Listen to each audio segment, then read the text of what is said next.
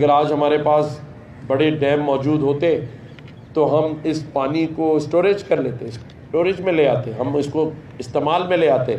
لیکن آج بڑے ڈیم نہ ہونے کی وجہ سے اور کچھ ڈیمز پہ سیاست ہونے کی وجہ سے یہ سلسلہ رکا ہوا ہے پاکستان کے اندر۔ ہمیں سب کو سر جوڑ کے بیٹھنا پڑے گا، تمام سیاسی قوتوں کو، طاقتوں کو، اور فیصلہ کرنا ہوگا کہ ہمیں کتنی جلدی مزید ڈیم بنانے چاہیے اور ہم سب اس پر کام کریں۔ صورتحال اس وقت غمگین ہے اور میں سمجھتا ہوں کہ اس وقت ہمیں حکومت پاکستان کو یہ فیصلہ کر لینا چاہیے کہ ہمیں مزید کتنے ڈیم بنانے کی ضرورت ہے، اور اس کی پوری مکمل حمایت جو ہے وہ ہم کریں گے،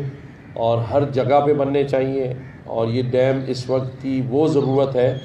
اور ہم آج بتا سکتے ہیں کہ ڈیم نہ بنانے کی وجہ سے آج جو سیلابی صورتحال ہے اور آئندہ بھی یہ جو بھارتی دہشت گردی کا ہم شکار ہیں،